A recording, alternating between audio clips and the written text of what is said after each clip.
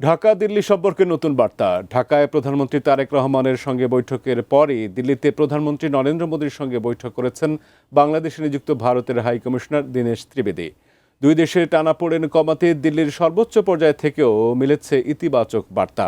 সামনে ব্রিক্স সম্মেলন, আছে ভিসা, নিরাপত্তা ও পুরনো বিরোধের প্রশ্ন। তাহলে কোন পথে এগোচ্ছে দুই প্রতিবেশী সম্পর্ক? এ নিয়ে বিস্তারিত থাকছে ডেস্ক রিপোর্টে। ঢাকায় ধারাবাহিক বৈঠক। এরপর দিল্লিতে ভারতের প্রধানমন্ত্রী নরেন্দ্র মোদীর সঙ্গে বৈঠক করলেন বাংলাদেশে নিযুক্ত ভারতীয় high commissioner Dinesh Trivedi. 11 August দিল্লিতে মোদীর সঙ্গে বৈঠকের তথ্য জানিয়েছে ঢাকায় ভারতীয় হাই কমিশন। প্রকাশ করা হয়েছে বৈঠকের কয়েকটি ছবিও। হাই কমিশনের বিবৃতিতে বলা হয়েছে, জনগণের স্বার্থকে সামনে রেখে ভারত বাংলাদেশের দীর্ঘমেয়াদী সম্পর্ক আরও শক্তিশালী করতে প্রধানমন্ত্রীর দিক নির্দেশনা চেয়েছেন ত্রিবেদী। দুই প্রতিবেশীর সম্পর্কে নতুন করে যোগাযোগ বাড়ানোর বার্তাই মিলছে এই বৈঠকে। সাম্প্রতিক সময়ে সম্পর্কের টানাপোড়েন কমাতে একের পর এক উদ্যোগও দেখা যাচ্ছে। এর আগে সোমবার ঢাকায় প্রধানমন্ত্রী তারেক রহমানের সঙ্গে প্রথম সৌজন্য সাক্ষাৎ করেন দীনেশ ত্রিবেদী। পরে বৈঠক করেন স্বরাষ্ট্রমন্ত্রী সালাউদ্দিন আহমেদের সঙ্গে।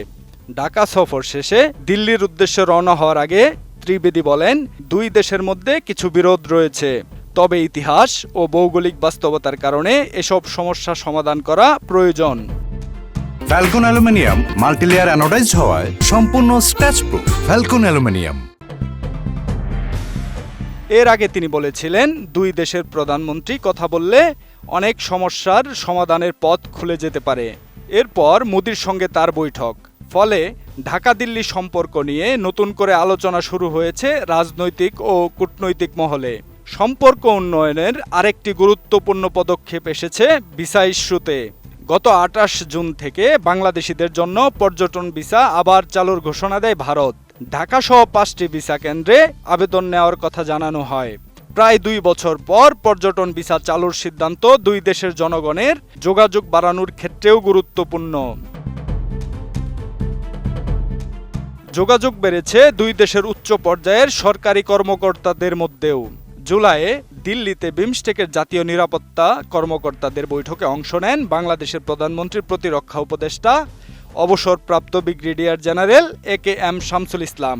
ভারত ও বাংলাদেশের বার্তা সংস্থাগুলো জানায়, ভারতের প্রধানমন্ত্রী নরেন্দ্র মোদী বাংলাদেশের সরকার প্রধান তারেক রহমানকে দিল্লিতে অনুষ্ঠেয় 18তম ব্রিক্স সম্মেলনে বিশেষ অতিথি হিসেবে আমন্ত্রণ জানান।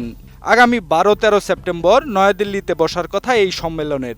বাংলাদেশ ব্রিক্সের সদস্য না হলেও বিশেষ অতিথি হিসাবে প্রধানমন্ত্রী তারেক রহমানকে আমন্ত্রণ জানিয়েছে ভারত।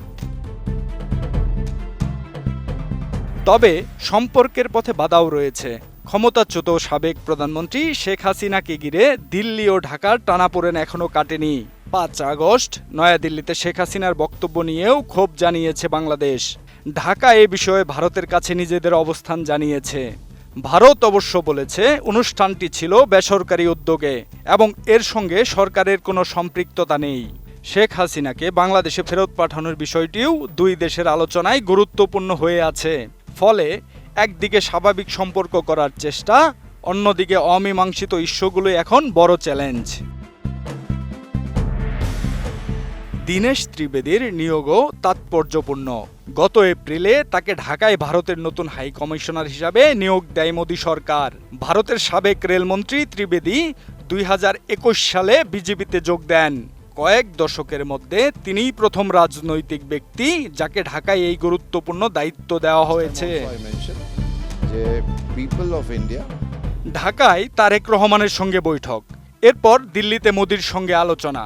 কূটনৈতিক এই তৎপরতাই স্পষ্ট, ঢাকা দিল্লি সম্পর্ক আবারও উচ্চ পর্যায়ের যোগাযোগের পথে ফিরেছে।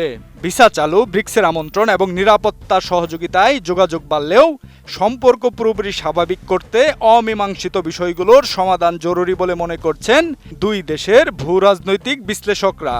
এখন দেখার বিষয়, দুই দেশ সেই পথে কতটা এগোতে পারে। Desk report, ATN news.